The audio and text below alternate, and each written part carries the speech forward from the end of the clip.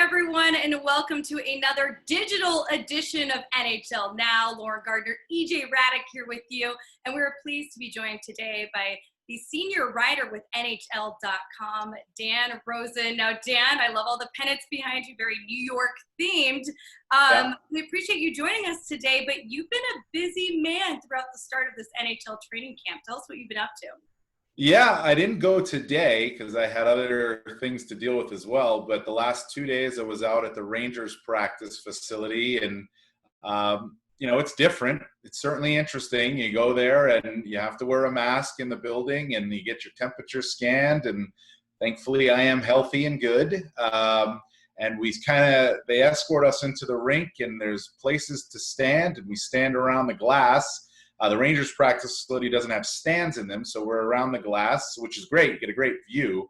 Everybody's 6 feet apart. And then after it's done, I have stayed in the 2 days I went to do the Zoom calls, but you're not going in the locker room, obviously. You're not getting any access to the players that way, but you're doing the Zoom calls and whatnot. So I have stayed in the workroom to do that and work a little bit, and it's been fine, actually. Different, unique, it's not the greatest for really diving in to talk to a player about a certain thing, but we live in different times now. Yeah, no question about that. Give me your thoughts on what you've seen in front of you on the ice. I mean, how do the players look? Are they playful? Are they working hard? Do people look like they're in decent shape? What are you seeing? Well, Artemi Panarin gave me the big thumbs up on the other side of the glass on Monday, so he's feeling pretty good. No, you know what, EJ? I mean, they look good. They look fast. Crisp is not a word I would use. I think at times it could look a little sloppy in here, but they scrimmaged today, the Rangers, and I wasn't there to see that. But yesterday they did a scrimmage at the end of practice, and it was fast. It was moving. The puck was moving around. There's some battles, some intensity going on. It does not look anything like training camp as we know it, which is, happens in September. This looks like exactly what you would expect it to look like. Guys coming back in shape and understanding they have a quick 2-week ramp up here to get to their hub cities and get to play in the most important time of the year, even if it's a different time. So it looks fast. It looks pretty good, actually. Yeah, and they're fast. Obviously, you just described them as not being as crisp. What are some of the biggest concerns that, players and the coaching staff have expressed when it comes to playing at this level with their playoff lives on the line? Well, the biggest concern, I think, right now is being able to withstand the pace that they're going at this point. And that's up to the coaches to make sure that they can ramp it up in the right amount of time. But look, watching the Rangers, I mean, they're going at it pretty hard. And in talking to Rod Brindamore on his Zoom today, he was saying that the energy for the Carolina Hurricanes looks great. Talk to me in 3 days. Let's see how we look in 3 days. We want to get playing. Guys are going to get to day 6 or day 7 of this and be like, let's go. They're not going to get a chance to let's go. So will their energy stay as high as it is in the first few days? I think I wouldn't characterize it necessarily as a concern, but it's something that they're watching for. Otherwise, the best thing that they're trying to do right now is get into game situations right away. It's hard to do, though, when you're practicing against yourselves and you're really not in a game situation and you're not going as hard as you would be going normally. And then for teams like the Rangers, and I would say about at least a dozen, if not more, the evaluation of the goaltender. How do you evaluate the goalie in situations like this where you're practicing against yourselves and maybe guys are taking it easy on the goalie at the start, maybe they're not, you don't know, and then you get one scrimmage and you have to make a decision on a goalie. And I mean, guys, I think there's at least 12 or 13 teams that are in that situation. All right, let's see. You talked about the goalies. I was going to bring it up, Dan. What are you getting from David Quinn and from the Rangers in terms of where you think they're going with the goaltending? They've got depth. They've got the 3 guys there, which is terrific. But they do have a decision to make, and as you point out, they will not have a lot to go on when they make that call. Well, he gave what might be considered a very small indication today. He was asked specifically at first about Igor Shesterkin and how Igor looked in the scrimmage, and he said Igor looked great today. I love the way Igor looked. And then he said, but Henrik looked great today, and Georgie looked great today. Let the battle continue.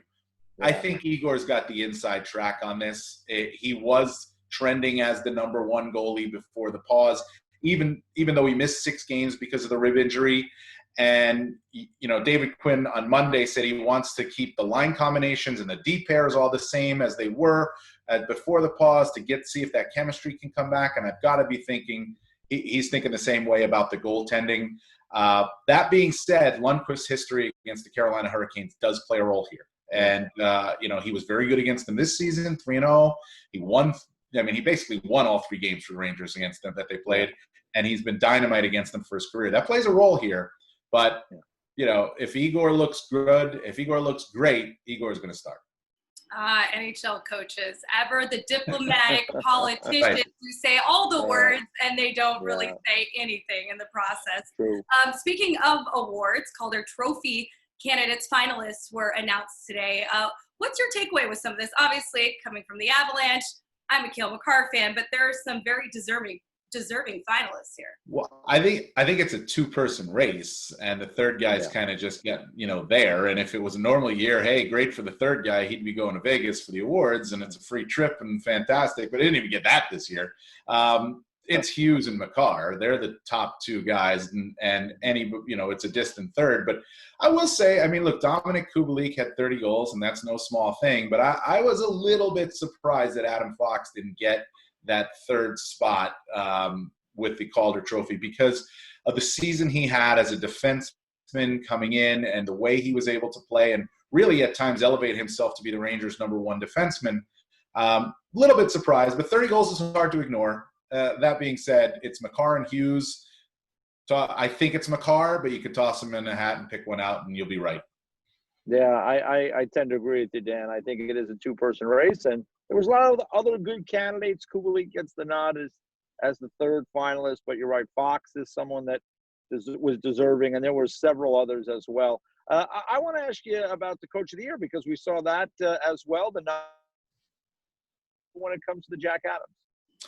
Yeah, not surprised. You could have thrown Dave Tippett into the mix there. Yep. You probably could have thrown Mike Sullivan into the mix there based on the injuries that the Penguins had. But I look at Alain Vigneault and the job he did with the Philadelphia Flyers. And look, wherever Vigneault goes early in his tenure there, that team transforms. And a big help is goaltending. And Carter Hart was terrific, just as he had Luongo in Vancouver and Henrik Lundqvist in New York. You can't do it. But EJ, we've talked about it. A goalie makes a good coach, right? Question. You don't have it, you're not a good coach. It's simple as that. But Vigneault put his stamp on that team right away.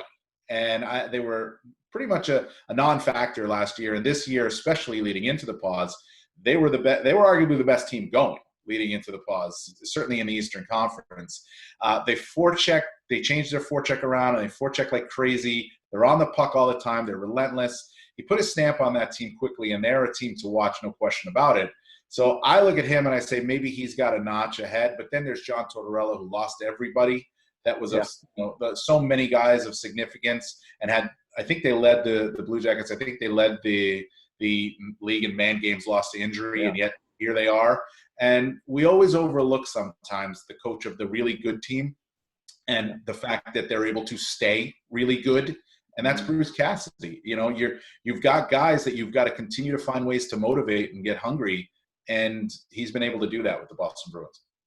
Hey, Dan, thank you so much for your time. That was good stuff there. Stay safe, stay healthy, enjoy all the training camps, and everyone follow him on Twitter.